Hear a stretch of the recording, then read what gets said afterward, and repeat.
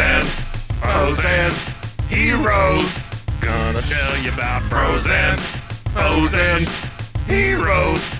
Gonna tell you about comic books, costumes, facts, boots, and other stuff. In this week's issue, Captain Carrot and his amazing zoo crew. Welcome in to Bros, Foes, and Heroes. This is episode 7. I am your host, Zach, joined by the kitty pride to my colossus, Mr. Mike. How are you doing, Mike? Fantastic, Zach. I know that we've got another wonderful episode in store for everyone who listens. We do, and I teased it a little bit last episode just by saying we were in the animal kingdom. Yeah.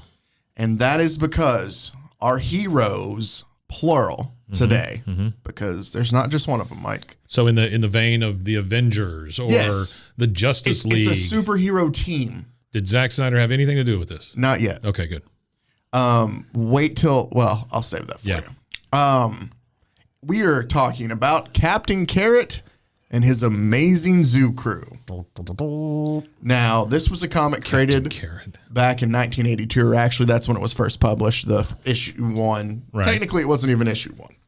Do you remember back in the day, and we'll take a moment to talk to the kids here, who are comic book fans. Hang on, let me turn my chair around and sit in it backwards. Oh, yeah. Turn my hat to the back. Well, I was going to do the one where like the hat was like slanted to the side. So we can rap. Cooler. Yeah. Sure. Let us rap with you, kids. Back in the day, when you would buy comics, it wasn't unusual for publication companies to promote upcoming titles by having like previews at the end of other stories. Sure. Yeah. So you would pick up, you'd pick up Iron Man, and maybe at the end DC was pitching something new with, I don't know, the Green Goblin. So they give you like a... Right. That's how this started. Its first appearance in 1982 was actually in Teen Titans number 16. Okay. And it was a 16-page kind of preview. 16-page preview. Which is a large preview. That is a lot. Because usually it was like 8, maybe at the most is a big one. Sometimes you get 4. Right. It all just kind of depends. And it was more of just to kind of sell people on what's coming up. Well, this 16-page preview basically gives us the origin of Captain Carrot and the Zoo Crew. Gotcha. It goes on more from there, but was it a lab? No. Were they in a like a pound? No. A medical testing facility? They're not. Their powers, I would say, are completely. There is a DC hero that is completely responsible for giving them all their powers. Oh, really? Yes. Oh, nice.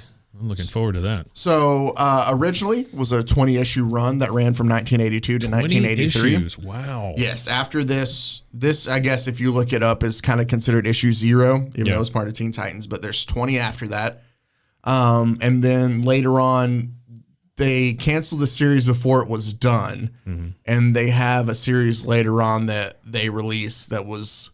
They did 3 double issues to kind of make up what they had already done that hadn't to get rid of the rest of the stuff. Yeah. This comic is created, and I guess the best way to do it before we hop in is that these are all basically their cartoon animals in this world. What are we dealing with here? Is this DC, Marvel? It is DC. It is DC. Okay. Well, then it makes total sense. It is DC, and all of this is like they're supposed to look like Saturday morning cartoon strips in a way. Yeah.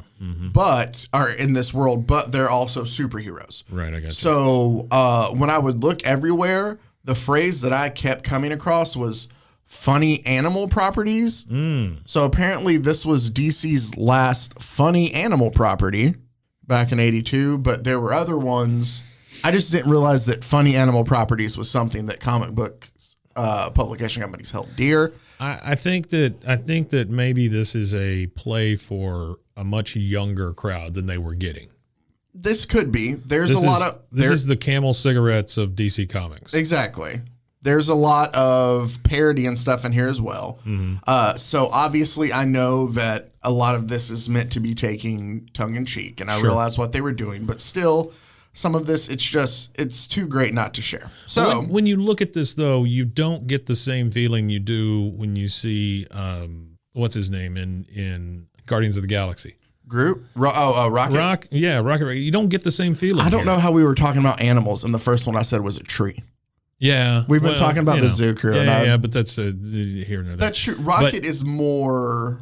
Rocket's mean. Yeah. He's a mean dude. Yeah, I mean, but you buy into it pretty quickly. Yes. That this is a thing. Yeah. They're too Saturday morning. Exactly. Looking. Yeah. But let me go ahead and give credit where credit is due, because this was created by Roy Thomas and Scott Shaw. Now, Scott Shaw's name is often spelled Scott Shaw, ! At the end of the Shaw, or Scott Shaw with the question mark at the end of the Shaw. I didn't know you could do that. I had no idea why. And then going back and looking, I realized it's how he signs his art. Oh, okay. And stuff that he does. So, yeah. So, it's either Scott Shaw, ! Or Scott Shaw, question mark. Okay. Well, good for him, man. Now, Scott Shaw worked on a lot. He's worked on a lot of like TV animation. He's also done, I wrote down there, movies that he's worked on as well. Yeah. I read through them all. For some reason, the only one I can remember right now is Mulan, the second Mulan, but he's done bigger and better things than that. Right. TV wise, and then comics wise, he did a lot of like the Hanna-Barbera cartoon comic crossovers that they would have him do. Okay. And he's also done comics for The Simpsons and Sonic the Hedgehog and Archie. I've never understood those comics, but okay. Okay. It just seems like a play on something that's already popular, and you go, "Hey, how about a comic? That's easy." So he's at least a very talented. He can change different animation styles. We'll give Scott the credit there. Gotcha. Roy Thomas. He did do Archie, which is kind of cool. Yeah. Now well, it's not like the original Archie. I don't think it's like newfangled Archie. I'll screw that thing. Roy Thomas, on the other hand, is a heavyweight.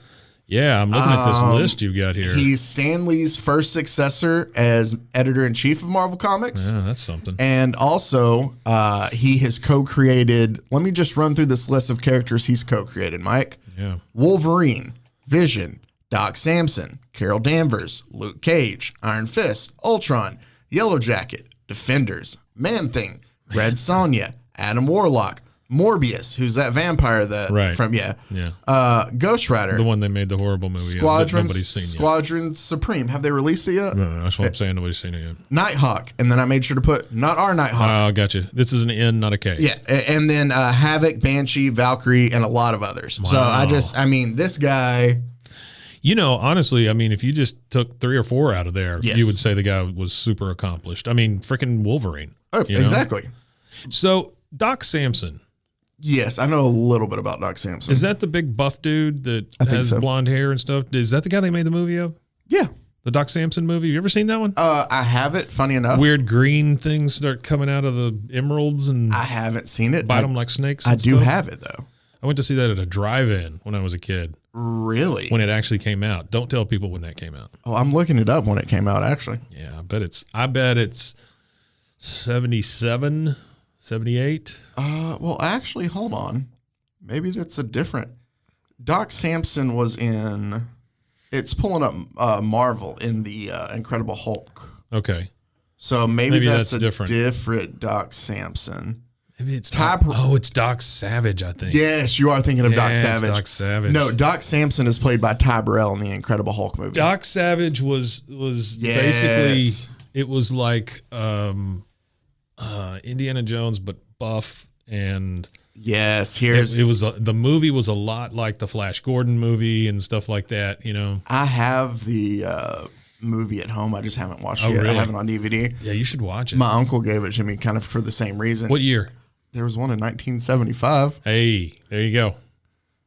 It was played by, I'm trying to see who the actor was. Was it Ron Eli? Probably. Yeah, Ron Eli as Clark Savage, a.k.a. Doc Savage. All right, we've gone way off the rails here. Okay, Proved that my parents took me to see these movies when I was 6. So there we go. So let's get into the origin of Captain Carrot and his zoo crew. Yeah. So basically, in this 16-page preview, we are on our Earth, regular Earth. Okay. Clark Kent works not as a newspaper reporter, but as a TV anchor. Okay. Because we're in the early 80s. Sure. And sexier. Yeah. Sure. And while we're talking about Superman now, I'm just going to throw out something that I hated about reading this whole thing. Zack Snyder sucks. This is definitely in the realm. In the 80s is when Batman started to outsell Superman. Right. Batman became DC's biggest thing property. right there in the 80s. Sure. And they were trying to do things with Superman all throughout kind of the 80s to get interest back in him. But this falls into the I can do everything type Superman. Like, I have an answer to everything. And it's just super annoying in a way. Yeah. But Clark Kent is a TV anchor. And there's been different sightings all over, I guess, Metropolis or the world where they're at of people starting to act like monkeys. They're acting like they're... Wait, what? Yeah, they're acting like monkeys. Okay. They're basically acting like primates. Okay. Superman thinks that, all right, I'm going to go out and see what's up with this because Superman can figure it out. Sure. And as he's flying around, he notices a ray from out in space come and strike a man. Hey, look at that ray. Yeah, and it comes and strikes a man, and the man immediately starts acting like a monkey. Okay. So he decides, I'm going to go out and see he where immediately starts acting like a monkey. Well, yeah. What he's a just dumb like, phrase. And he almost gets hit by a truck and stuff. As monkeys do. Exactly. Sure. I made sure to put in here that this is a oversimplified and just like, because there's a lot going on. So I'm trying to explain this as simple as possible. Yeah. So he tries to fly out of Earth to see where the ray's coming from. Okay. He can't break through Earth's atmosphere for some reason. It doesn't say why. There's something blocking him. But there's a meteor coming through. It's Thursday. Yeah. There's a meteor coming through that's about to hit Earth. Okay. So Superman thinks if that can break through, I can use that to break through the other way. Okay. I can grab the meteor and like shoot back out the other way with it. This is impeccable thinking. Exactly. I mean, it's yeah. Now, it works. Oh, okay. But whatever Good for force him. was holding him back, when it does, it breaks up the meteor into multiple pieces and it kind of scatters and it looks like it falls back down to Earth. Oh. And this whole thing has left Superman kind of just woozy and out of it. And he decides, hey, I need to fly back down to Earth just to regain myself before. Just take a nap or something. Yep. He flies into what he think is the TV station that he worked at. Uh-huh. And he changes back to his clothes and he goes to sit down in a chair and he's not paying attention and he sits down on a rabbit who is named Roger Rodney Rabbit. He's not paying attention and so he sits down on a rabbit. Yeah, And well, or he sits in the chair right as the rabbit's about to. Yeah. And he's like, hey, this is my chair. And then Clark, because he's fully dressed up as Clark Kent until he realizes that the entire world is all animals and there's no reason for him to protect his identity. So then he's Superman throughout the whole entire thing. But we are introduced to Freaking Roger. Superman, man. You know, dude. Superman, get out of here. So we With are that red underwear. introduced to Roger Rodney Rabbit. And a little bit about this because you would think, Roger Rabbit, just like I did. Yeah. So I went and I looked. Gary K. Wolfe's book, Who Censored Roger Rabbit, came out in 1981, in June of 1981. So that's the book that Roger Rabbit was That based is on? the book that they used to make the movie. It's odd to me that that was a book. Who filmed Roger Rabbit? You know, it's a lot different too, right? Oh, is it really? Yeah. The ending and everything's different too. Like, guy doesn't turn into a cartoon. no, freaking no, that's not at all. pour people in It involves a genie. Ooh. And Roger, like cartoons are able to create like duplicates of themselves that only last a certain amount of time. Yeah. And then they like disintegrate. They use them as stunt doubles kind of. Uh-huh. And actually like Roger dies in the book. Oh, wow. And it's his duplicate that's helping Valiant try to figure out who. Oh, cool. It is a little bit different. Yeah, I but might actually read that. I did the research to see that came out 8 months before the comics release. Okay. I guess that maybe they just had the I guess idea it's and they just were working on it, alliteration? and it was just one of those. I would think Yeah. so. But because of this, and to avoid confusion later on, he is usually referred to as Rodney. Gotcha. So I guess they saw it, they liked the alliteration, and then Yeah. maybe after. Then they went, oh, shit. Well, at the same time though, you have to think it's just the book at that point. Like I don't think Who Framed Roger Rabbit became a bigger part of the American zeitgeist. Yeah. Until after that movie. Right, so right. maybe it's just some weird thing there. When did Roger Rabbit the movie come out? 88. Oh, okay. So this is 7 years. Yeah. Oh, okay. So it's just a book. And it could just be like, I don't think there was any, obviously, Right. No intention. Yeah, but so I just found that very weird and interesting. But Rodney works as hang on one second. So Roger Rodney Rabbit is the alias of Captain Carrot, as Clark Kent is to Superman. Yes, exactly. Okay, all right. That's exactly the way it is, even though he's not Captain Carrot yet.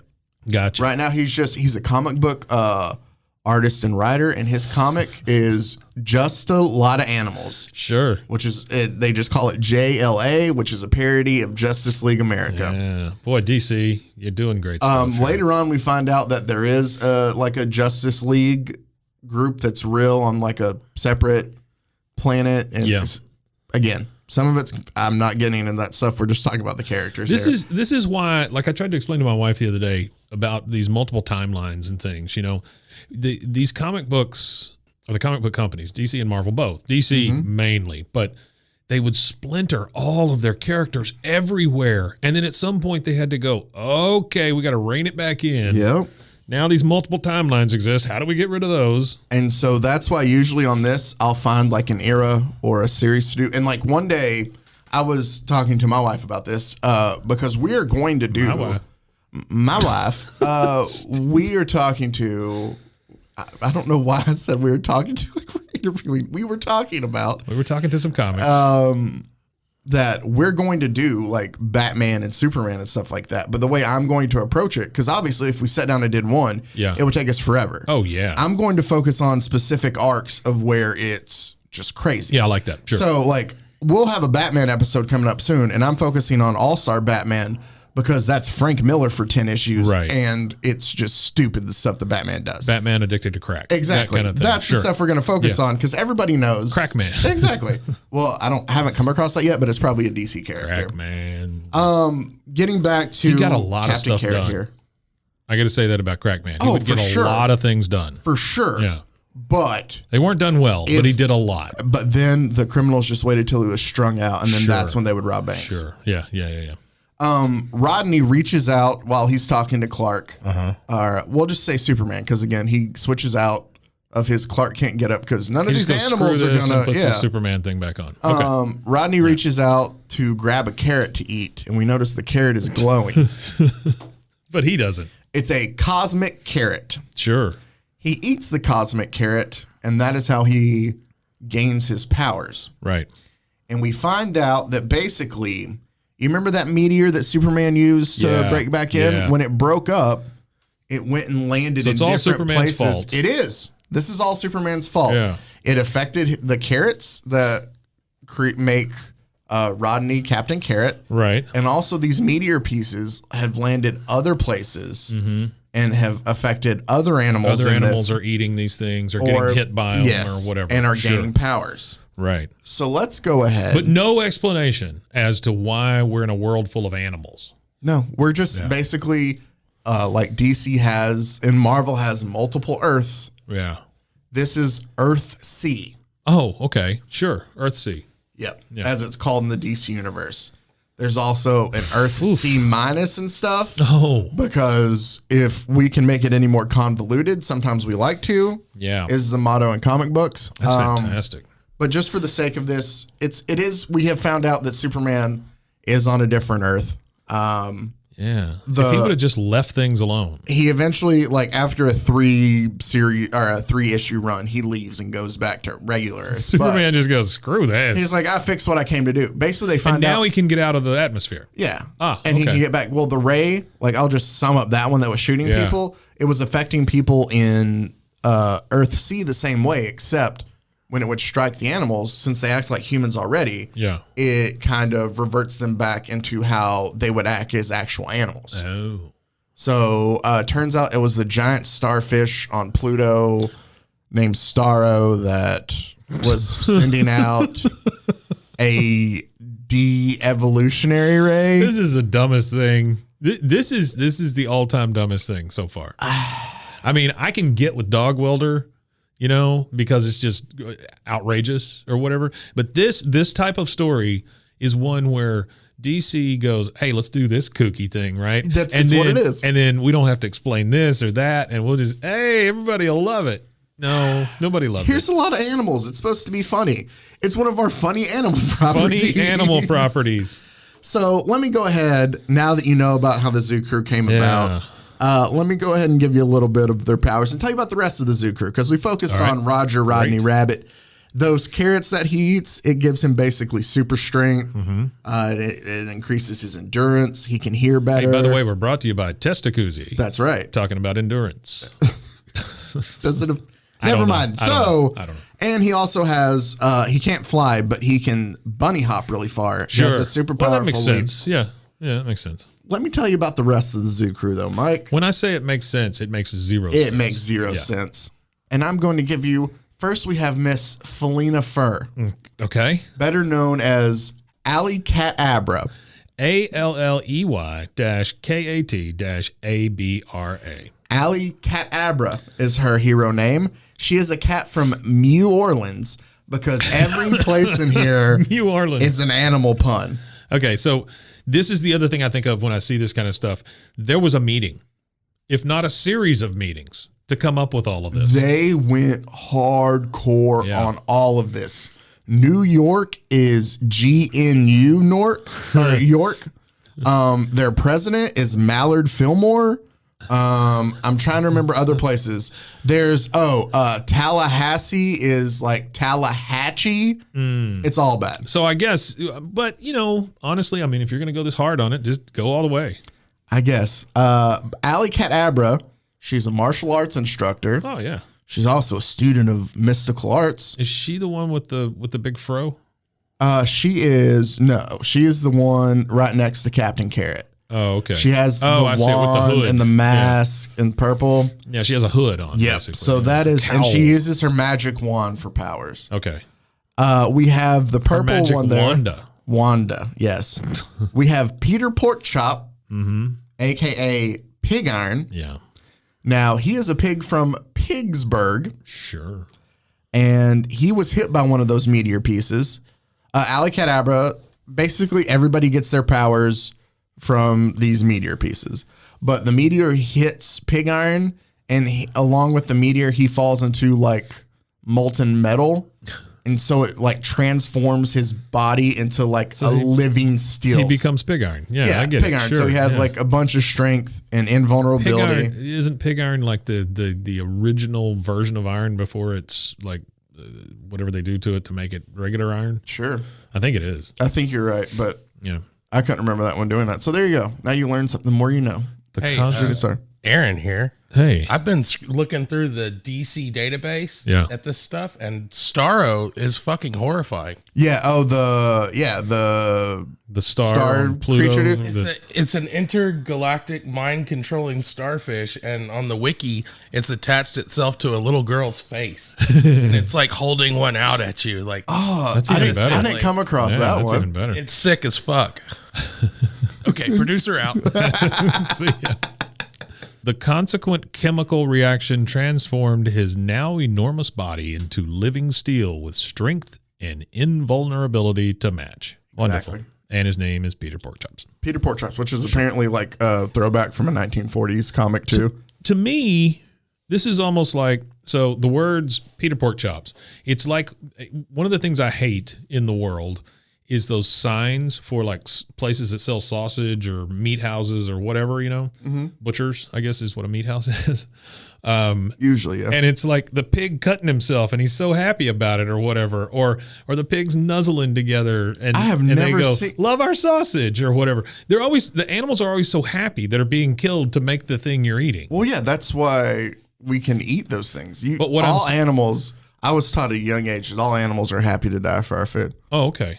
And then it says, what I'm comparing that to is the fact that his name is Peter and pork chops. Why does he know what pork chops are?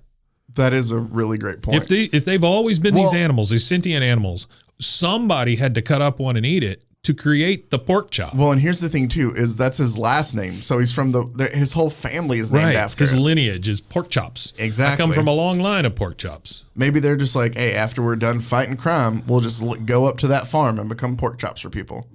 But what people? It's all talking animals. That is true. There is like humans later. They just think they're like Maybe weird creatures, kind of like aliens. Maybe the wolves eat them or something. That would make sense. You know, I don't know. I think we're putting far too much thought into Probably. They didn't put as much into this. So My we favorite shouldn't is the either. next one. My favorite is the next one because it makes no sense. Not only did we do puns for where people were, but let me introduce you to Burt Reynolds. Okay, so this is obviously Burt Reynolds. Yes.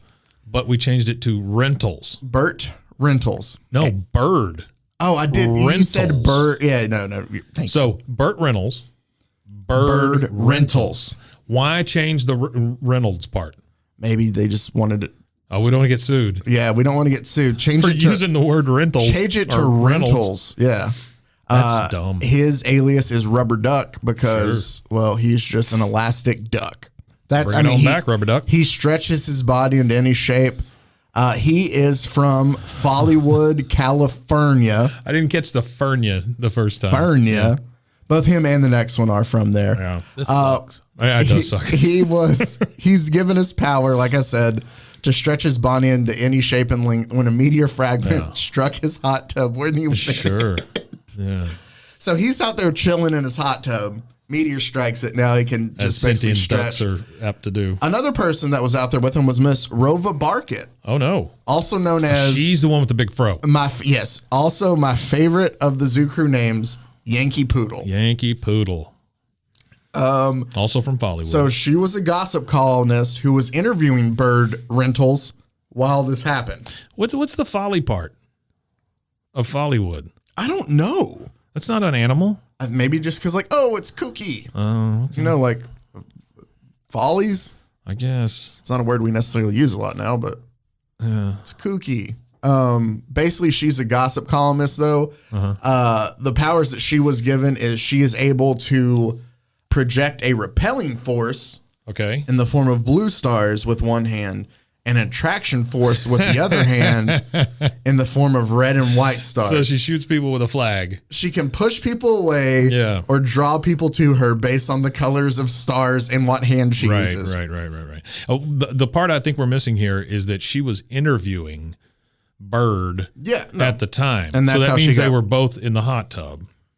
Probably. Or she was sitting by the hot tub. Yeah. Something was about to go down, and then they got hit by these wacky meteors. And then they got powers. Yeah. And instead of... and they So that tells me, in this world, that it's okay for ducks and dogs to copulate. Is that... Am I following the logic there? Yes, you are. Okay. All right. Just want that to be known, that somewhere in this world, there is probably a poodle duck hybrid that has been born. Yeah, it's called a duck-billed platypus. Ah, thank you. There you go. Insert rim shot. We only have two more members left of the Zoo Crew here. We have Timmy Joe Terrapin. Timmy Joe Terrapin. Who goes by Fastback. Sure. He is from the Okie Dokie Swamp in the American South. He was trying to catch a bus. Some of this I just have to write as is when I found it because you can't write it any better. He is trying to catch a bus to Kansas City. And was struck by a meteor and gained the ability of super speed. Sure. So he's their Flash so he's a turtle equivalent. that's really fast. I had to love Good thinking, guys. I liked this note that I found I had added to. Timmy Joe was not the first fast-moving turtle in his family. His uncle, Merton McSnurtle, God bless you, was secretly the terrific Whatsit, a superhero during the Second Weird War. Not the World War, the Weird War. Because their world, it mirrors ours. Sure. But instead of World War, it was Weird World. It mirrors ours, but in a really dumb way. They fought the Ratsies. The Allies fought the Ratsies. I like this now. Yeah. All of a sudden it took a turn. It was so bad it got good. Yeah. So in the Second Weird War, the animals fought the Ratsies. Our last member here is good old Chester Cheese. Yeah. And his name is Little Cheese. Is what he goes by. He's a mouse and a student. He's the one that got really the kind of the short end of the stick. He did. Literally. I'm Chester Cheese. What are you going to call me? Just Little Cheese. Little Cheese. Okay. Well, it's because damn it. The power he got is that he can basically shrink his size from being comparable to his teammate size all the way down to just like a few centimeters. Oh, wow. So he's like Adam or Ant-Man. Yeah, That's Ant-Man, the kind of guy he is. He did not get his powers from the meteor. Sure. Why would he? Yeah, no, he gained his powers from eating a piece of experimental cheese brought back from Earth sees moon. Sure. Because the moon is made out of cheese in this world. Experimental cheese. That's the title of this episode. Experimental cheese. So that is Captain Carrot and his zoo crew of basically what all you can expect from them. They had during the run like a big baddie in each issue that they fought. Okay. And so it was just very all right, this issue we're going to fight this guy. Next issue we're going to fight this guy. Sometimes it lasts a couple issues. But I mean, Mike, great villains like Cold Turkey, who was a turkey with weather control and a cold ray device. Sure. There was also Frogzilla. He also was really trying to quit smoking. Cold Turkey? Yeah. Fiends like Armadillo, not Armadillo, Armadillo. And Feline Faust, just to name a few. Feline Faust. Now, Fantastic. that's what ran through the 80s is this team here. Frogzilla, is it just a giant frog? Yes. Okay. Some of them aren't. Good job. Like there's a owl who he's a professor who like uses like scientific gadgets against them. His name's Dr. Hoot. So it's all stuff like that. Dr. Hoot. Dr. Hoot. So just looking through the names of villains for these were great. Dear God, it's But Dr. Hoot. That was the run for the 80s there. Yeah. They did And have it's just them fighting big bad guys Big or bad whatever. And that was guys. it. There's Superman other- never shows back up. No, there's like they throw in other appearances from like older DC like animal characters like Okay. I can't remember, is it Horse Marvel? guy. No, it's like Marvel Bunny or something. There's a bunny back in the 40s that they made who I can't remember his name right off the top of my head. Yeah. But he was basically like an animal version of their Captain Marvel, who is now Shazam in DC. But he was from the 40s, so he was Yeah, in blackface or whatever. Well, no, not yet. Come on, this is DC. We're not talking about. okay, I'm sorry. We're not talking about Warner Brothers and Looney Tunes. Gotcha. Okay. But so like they had these characters that they had back in the past. They would use them to show up in as well, right. And kind of, I guess, pay homage to the past. Homage to a very stupid past. Very stupid past. Okay. Those 6 issues that they never released that they ended up releasing as the double issues there in the 80s was called like the Ozland Wars, but there was never a war. Like it was projected to be between like their world and like the city of Oz kind of thing, but none of that happened. So like the title of the book has nothing to do with what actually happens. They couldn't get the rights to Oz. I guess maybe not. Or no, I think one of the writers came back and said, well, after thinking about it, the people of Oz wouldn't want to fight. And so Sure. Plus they're all short. That's true.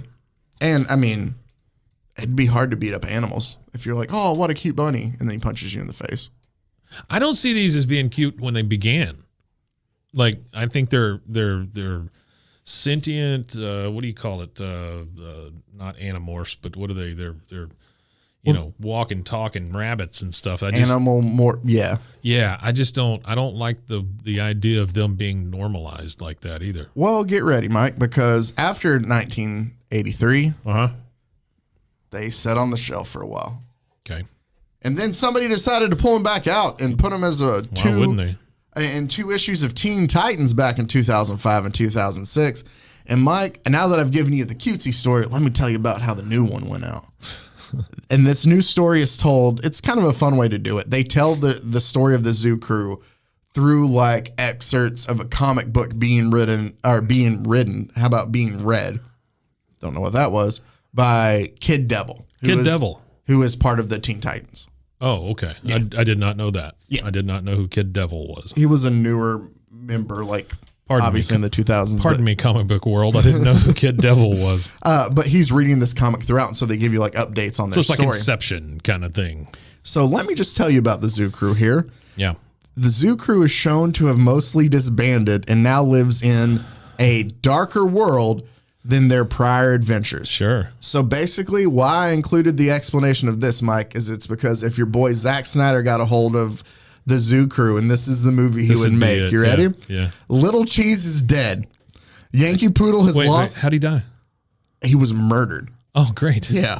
Yankee Poodle has lost her secret identity and is a fugitive from the law, accused of trying to assassinate President Mallard Fillmore.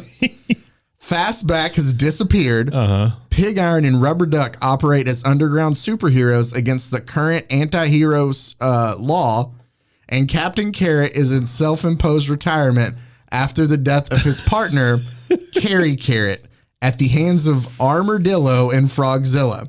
He has not left his apartment in years and drinks heavily out of guilt over Carrie's death. That's great. The only zoo crew member prospering is Alley Cat, who has revealed her identity publicly and become a world famous magician. So it's the Watchmen.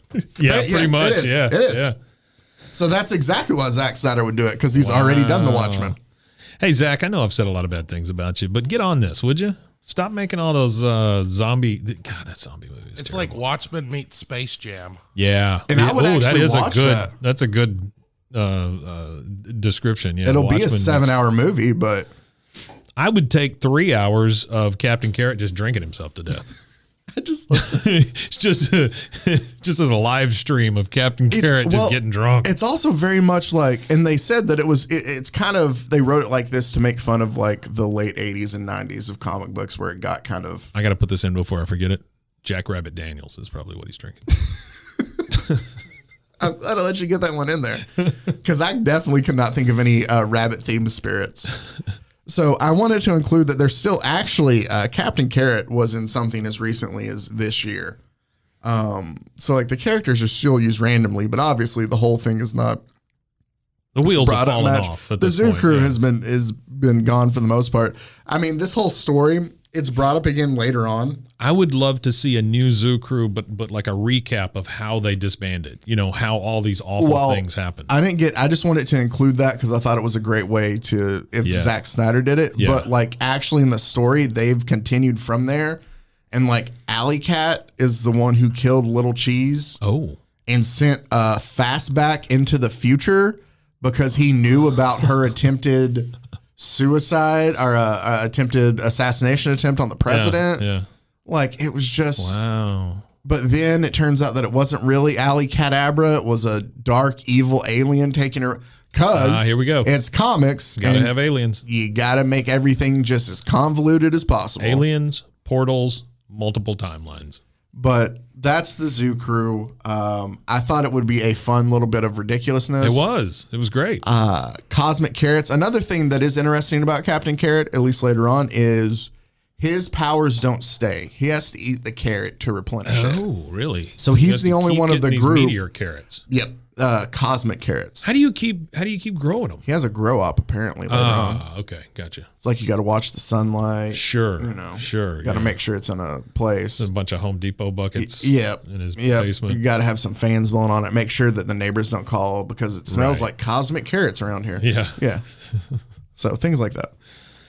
My kids got caught with cosmic carrots one time. It was not a great weekend. Well, you know, I think we're at a point in our time in our world here where we should just ease up on cosmic carrots. Like, I agree. There's a lot of other I say things. legalize cosmic carrots. That's right. Well, I mean, Roger Rodney Rabbit would enjoy it. Roger.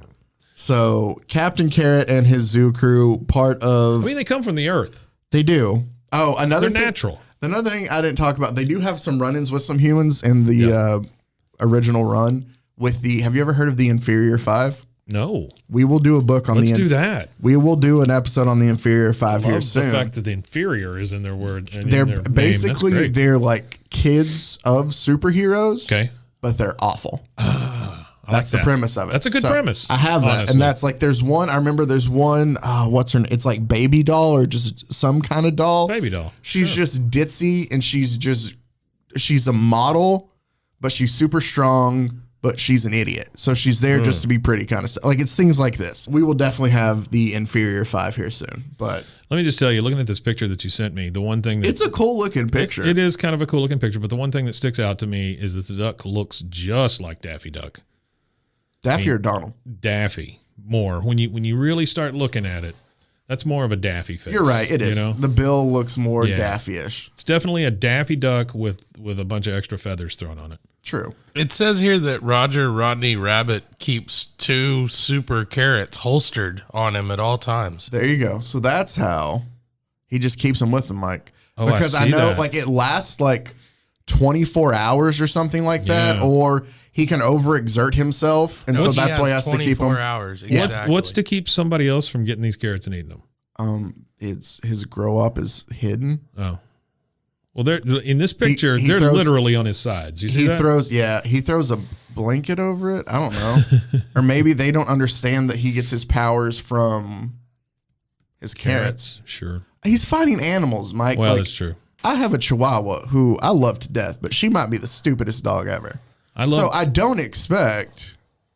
Oh, there's I love Z their hideout. building. Yeah, the building. And It's very Teen Titans-esque. Instead of a T, it's a Z. Yeah, it's a giant Z with a bunch of windows. Yeah, that's great. Well, this was fantastic, Zach. Thanks so much. I do feel like I'm going to ask for some of this time back on my deathbed, but still, I thought it was great to learn. Oh, well, one thing I will throw in there too. Yeah. To close this out on the Zoo Crew. Yeah.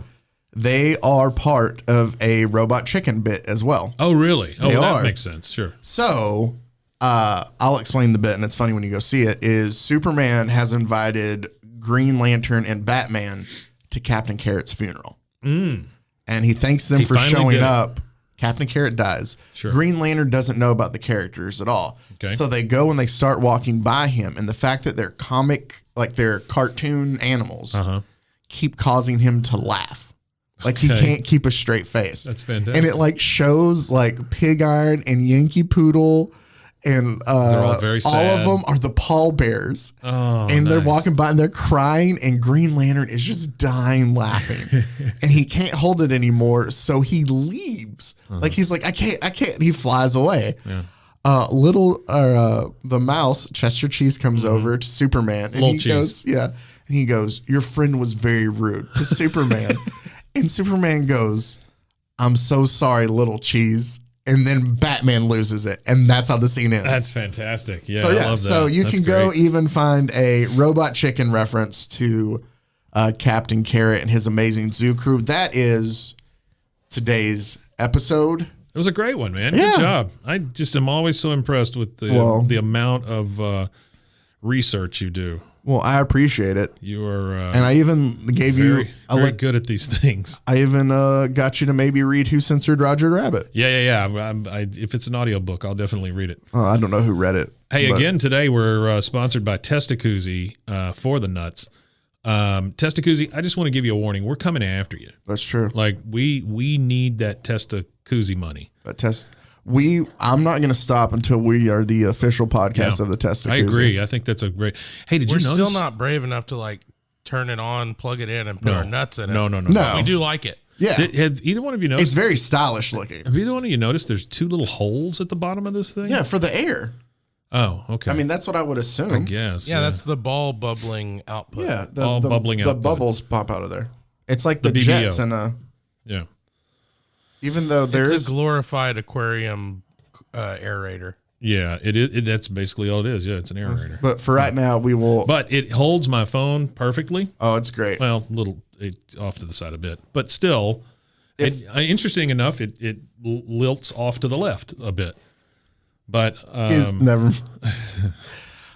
Too bad there's not a squirrel superhero. that's true, isn't there? And there's squirrel girl. Squirrel Girl. But I mean, as part of the That's zoo a whole crew, different thing, though. Yeah. as part of the zoo crew, there's not like some Sammy Squirrel who is like Right. I don't know, nutrageous or something like He's that. nutrageous. I don't know what his name would be, but he would that. love a Testacuzzi. All right, So Zach, there we go. Tell everybody where they can find us. And You can find us on Instagram, BroFoHero on Insta. Feel free to email us at brosfoesandheroes@gmail.com. Tons of great stuff out there. Tons more coming your way. So I think that if anything, it's a blast for Mike and I and to do this. it's been fun. And I feel like, people enjoy listening to it as well. And we have nothing but more hilarity like this to come. Yeah. I promise in one of the next episodes coming up soon too, I have some stored away that I just find like super interesting. Yeah. And we'll do some of those too. But the ones like this are the most fun. Oh no, I these think. are great. Yeah, yeah. I do remember seeing these when I was a kid, but I never read any of them. It would have been So- after you went and saw the Doc Savage movie. Yeah, it would have been after Doc Savage. You got it right. Yeah. So- right after the Roaring 20s. There we go. That was episode 7. Captain Carrot and his amazing zoo crew. Want to thank you guys for tuning in as always. Absolutely.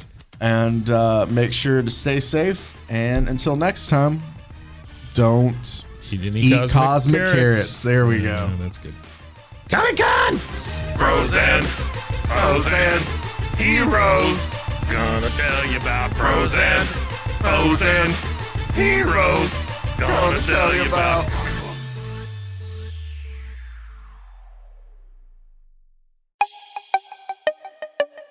This has been a Rogue Media podcast.